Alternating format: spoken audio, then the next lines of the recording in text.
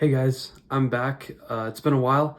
I was sort of thinking to myself recently, what's some of my favorite music? And, of course, there's a couple of things that come to my head, like The Doors, Chuck Berry, just a couple, basic things that I listen to, not on a daily basis, but pretty frequently. But I thought, in terms of albums, because I personally love listening to music in the album form.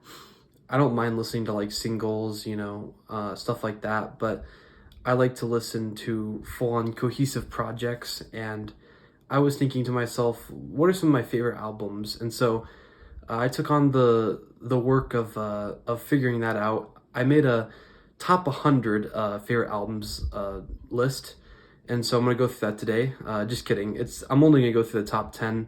These are like the albums that I consider to be perfect, at least to myself. Again, this isn't like a list that is gonna be like albums that I declare are the best, and no one can disagree. Objective. No, this is just albums that are my favorite, and I'm gonna just go through the list from 10 to 1. I'm not gonna go too much into detail because some of these albums are just albums that I have an emotional impact to, and albums that I would have to explain things in my life to describe why I enjoy the album. Not that I'm gonna, not that that's the case with every album. Of course, there's some albums that I just like to put on just to put on. It's just a nice listen.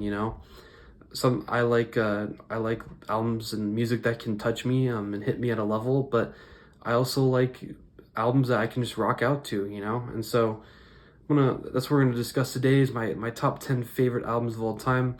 So first off, to get it started, at the number 10 spot, we have David Bowie's Let's Dance, his 1983 album. I catch a paper boy, but things don't really change.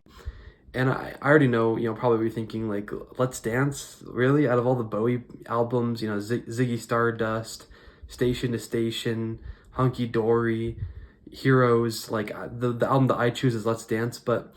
And honestly, there's no like specific reason, no special reason. It's not like, oh, this is deep or hit me at an emotional level. Just personally, I'm of the opinion that David Bowie made some of the great 80s pop songs that really came to define the decade. And I love David Bowie's 80s pop songs. I mean, there's not really much more to it, and I mean, on this album, you have the album starting out with Modern Love, which is probably my favorite David Bowie song of all time. You have China Girl, you have Cat People Putting Out Fire, you have Criminal World. I mean, just so many great songs on this album. And so that's why it's at my 10th spot. I also just really love David Bowie as a singer. He's also a great songwriter, but I love his singing. I love his voice, It's an album that is kind of like a sing-along for me. I tend to sing to it a lot, and I know almost all the lyrics. Not all the lyrics, because I'm not that much of a beta cuck, but yeah, so that's number 10 spot, David Bowie, Let's Dance, classic. Number 9, you got Miles Davis, Kind of Blue.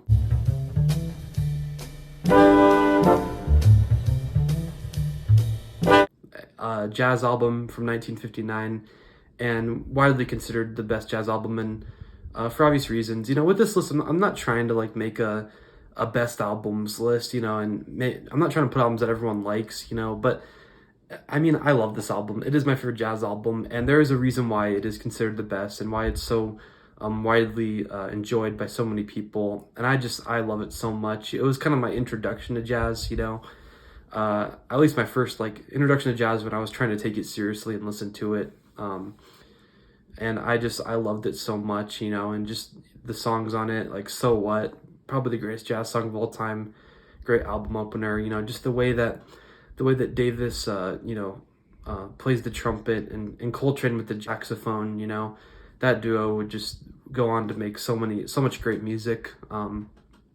And one thing I love is that just Davis doesn't really, he's not like Coltrane where he's a flashy player that does all these crazy things, He sits in the pocket and he just delivers some of the best trumpet playing ever, May not be the most like complex or interesting trumpet playing.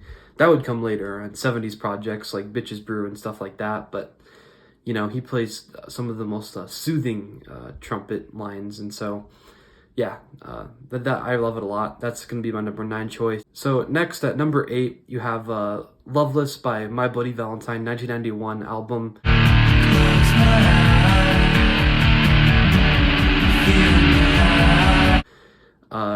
I'm not really one for, well, I shouldn't say that. I do like experimental music, but I I'm kind of with experimental music. It's kind of hit or miss with me. I love some of it. I hate some of it, which is the case for a lot of people. But like for a lot of people, some people could be like, well, I didn't like this, but I could see what was interesting. But for me, it's like, no, if I don't like it, I really don't like it. But this is an album that I really love, and I think is still really underrated.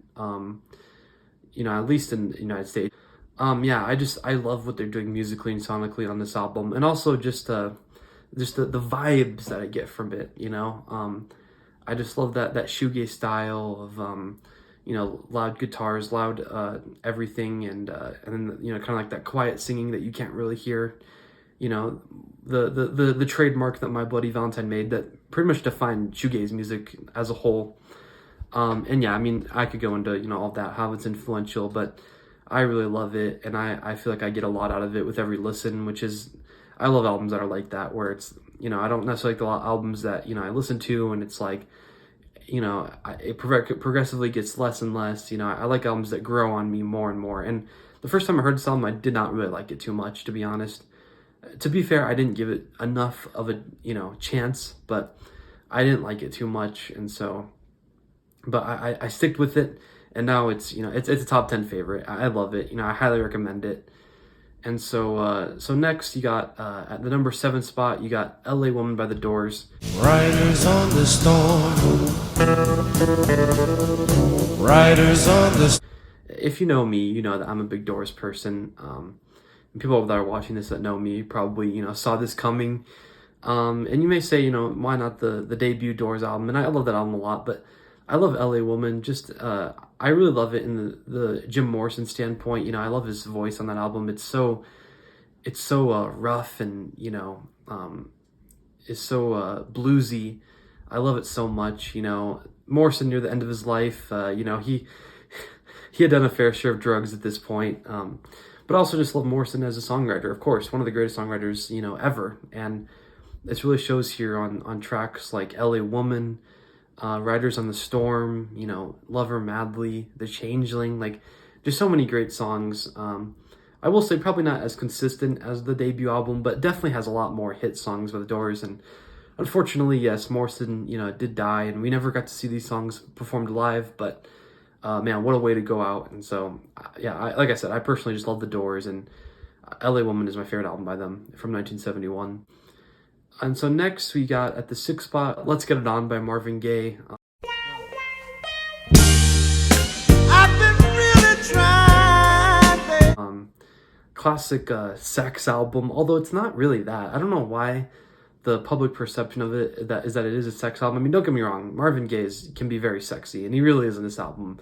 Though some of the lines that he sings are just, oh man, but this album is more of a love album than it really is sex. It's about relationships and stuff like that, and not necessarily in a bad light. Not like a heartbreak breakup album, but just kind of like going through kind of I guess what it means to be in a relationship, kind of the great love that you can get out of it, and then near the end of the album, kind of how you can break up, and ironically Marvin Gaye got divorced around this time.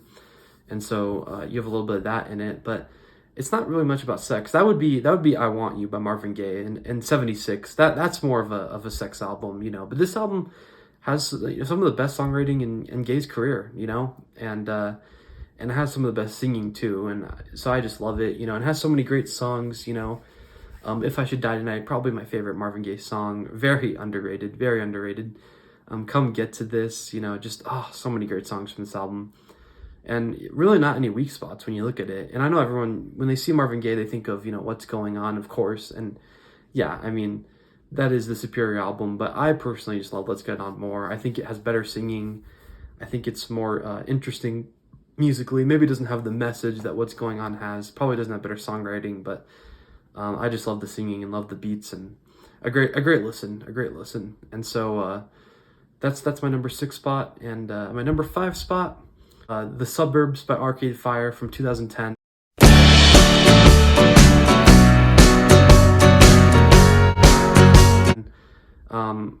It's such an amazing album, an album that really hit me on first listen and just continues to hit me more and more as I listen to it. A double album at that, and I'm not really too one that really likes double albums. I feel like it's a little risky and can kind of get repetitive at a moment, but Arcade Fire really shows their work, as a band and just as musicians. Just the way they come together. Not really any, I guess, stars of the band, a very consistent band, and some of the great songwriting. I just love the suburban imagery, something that I can kind of relate to on a level. And this album is just filled with a lot of emotional moments. And I just love a lot of the songs, The Suburbs, Ready to Start, Suburban War, Sprawl 2, Mountains Beyond Mountains, like just so many great songs. And this is kind of what broke Arcade Fire into the mainstream. They were an indie band for about 6-7 years before that, but then they finally got recognized with this album. So that's my 5 spot, is Suburbs by Arcade Fire. At number 4, we got Murmur by R.E.M, their debut album from 1983.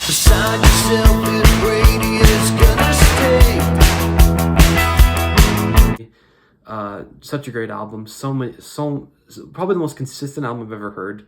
An album that doesn't really have a lot of hits, if we're being honest. I mean, at this time, R.E.M is not known and would not be able to be known for another, 6-7 years. It took them a while to break into the mainstream, so this very much is an indie album, but it's also like the first alternative album for me. I mean, we could debate that all day. Maybe it's more post-punk than it is alternative. Maybe it's more pop, but for me, it's alternative, but more so it's jangle pop, and a style that R.E.M really pulled off amazing throughout their career.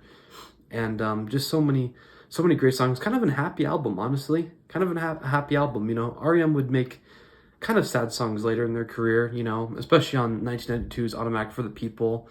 A lot of sad songs on that album, like Drive and Everybody Hurts. But on this album, it's a pretty happy, energetic start to their career. And yeah, I mean, Automatic for the People probably is the better album, but this album is just so consistent, from the beginning track of Radio Free Europe to the end.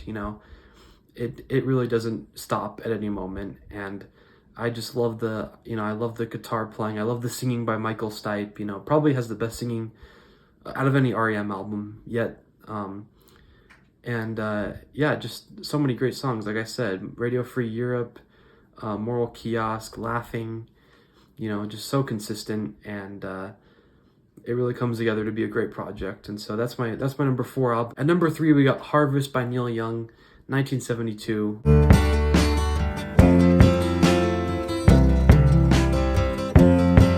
Classic album. So many great songs. Heart of Gold, You Know the Damage Done, Old Man, just so many great songs. Neil Young really is one of the best songwriters of all time. Neil Young with that really great falsetto, and some of the best guitar playing I've seen from someone. I mean, the fact that he can play acoustic songs and electric songs is so amazing. And this is kind of before Neil Young would take more of a hard rock phase. This is more of like him and his singer-songwriter kind of folk phase, not really too much so. But yeah, just so many relatable songs to me and probably to a lot of people, I can imagine. And I love it. I also just really love singer-songwriter albums as well. This is the only one that makes my top 10, but throughout my top 100 list, there's a lot. I love the idea of just, stripping it down and just a voice and a guitar. I think that's kind of a hard thing to pull off, but if it can, it can be, really great music. And Neil Young shows that on this album. So that's my number 3 album.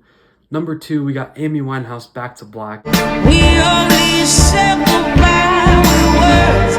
I died. Oh man, what is there to say that already hasn't been said? I mean, such a great album. Probably one of the 2000s best singers, and kind of ironic album. Starting off with the song Rehab. Kind of a sad album when you look at it, the perspective that of how Amy Winehouse's life ended up being, but it really is a great album that again hits me very emotionally. I'm not gonna really get into it, but Yeah, I'm one that really loves soul music. Soul music is my favorite genre of music, and while this is probably more R&B, there definitely is the soul influences on this album that I absolutely love and adore. Again, Winehouse's voice. There's really not much more to say. Winehouse's voice, great album. And for my number one pick, this year's model, Elvis Costello and the Attractions, 1978. I was tuning in the shine and the light, night dial, doing anything my radio would buy. Again, an album that probably a lot of people haven't heard. I absolutely love it. Again, it hits me emotionally. I relate to it. I love how Elvis Costello is. There's not really one genre you can really put him in. He's kind of new wave. He's kind of rock and roll. He's kind of punk. I mean, he's kind of everything. I don't. There's not really one genre of music that you can put him in. Elvis Costello music is Elvis Costello music. And on this album, just such great songwriting, such great singing.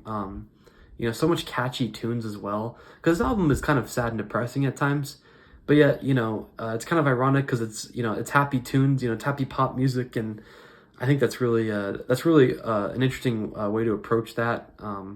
But Costello pulls it off. It's such a Costello album. There's really no other way to put it. And yeah, kind of has the punk of the Sex Pistols, while also having the rock and roll of Buddy Holly, while also having like the new wave of Talking Heads. It mixes all together and ends up being a really great album. And some people say My Aim Is True is better, and I'd really like that album as well. I just really love Costello in general, throughout his career. But this album hit me more, and for me is more consistent as well. It still has some of the best Costello songs. Pump It Up, Radio. You can't go wrong with tracks like that. And so, yeah, that's my top 10 list. Kind of a weird list. Because we go from like Neil Young to Amy Winehouse to Elvis Costello, but yeah, I mean that's my favorite albums. Not my favorite artists. That's a different list. Maybe I'll release that someday. But for me, these are my favorite albums. And so tell me what you thought, and tell me your favorite albums. I would really love to know. Just to see what you guys like, but also maybe some new music I could listen to. And I hope that maybe you could find some new music through the albums that I said today. Thank you guys for watching, and have a great day.